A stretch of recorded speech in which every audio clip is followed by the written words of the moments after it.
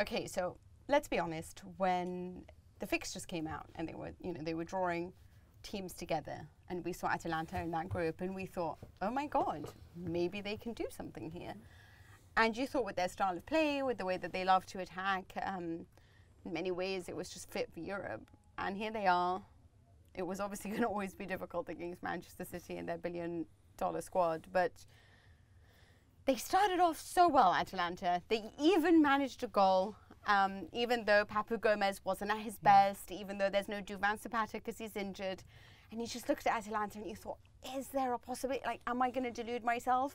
Because both these teams have a fatal flaw in defence that none of them can really manage it very well. Obviously, City a lot better, but that was it, right? It's that inability to defend is what really shows you the difference. Oh, I have the nerdiest metaphor in my head. Go for it then. It's such a nerdy metaphor, and I'm also going to ruin it if anyone's. Come on, get over it if it's spoilers. It's so far behind. Certain things, so I know, like it's the Game of Thrones when they send the big battle with the army of the dead, and they send the army, the Dothraki army on horseback charging into battle. You know they're all going to die, but it looks great because they've got flaming swords. That's what this felt like.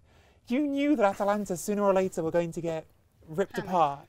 But they were going to go for it, and it made no sense. And anyone tactical looking at it from afar, as everyone did with that Game of Thrones episode, was like, why the hell did you do that? You knew what was going to happen. This is what was going to happen. I thought for half an hour they were brilliant, and then exactly as we've talked about on this show before, and Gab was saying this again before he came in, like if you take the Gasperini school of, I am going to leave one-on-one matchups with my defenders. I'm going to trust everyone to win one-on-one. It's the inverse of the Napoli situation.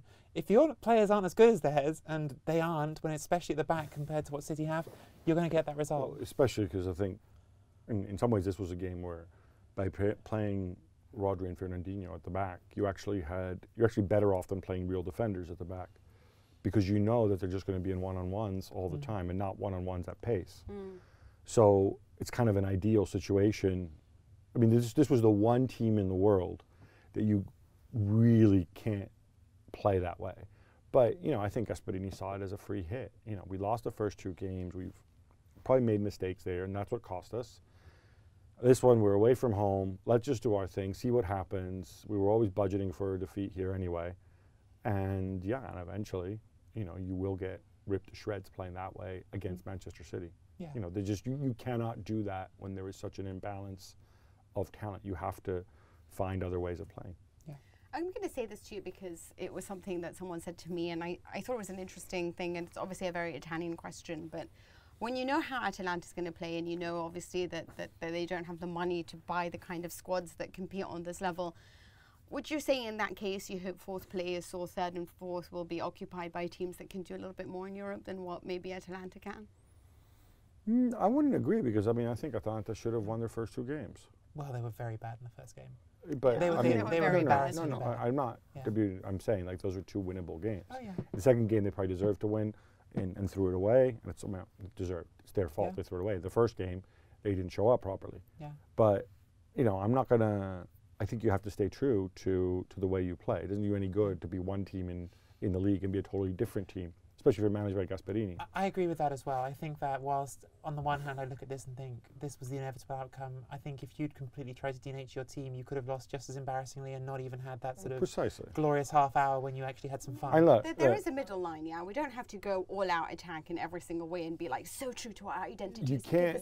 There is no middle line though with Atalanta, because it's not going to work. If you don't do that, if you don't play all out the way he's chosen to do, and this cost them. This cost them obviously against Lazio, who where you maybe don't have that huge imbalance of talent, although you do have some. But the fact that physically they just couldn't keep going in the second half, that and Giro Immobile's ridiculous dives, and then you pay the price for it. It's how the guy has chosen to play.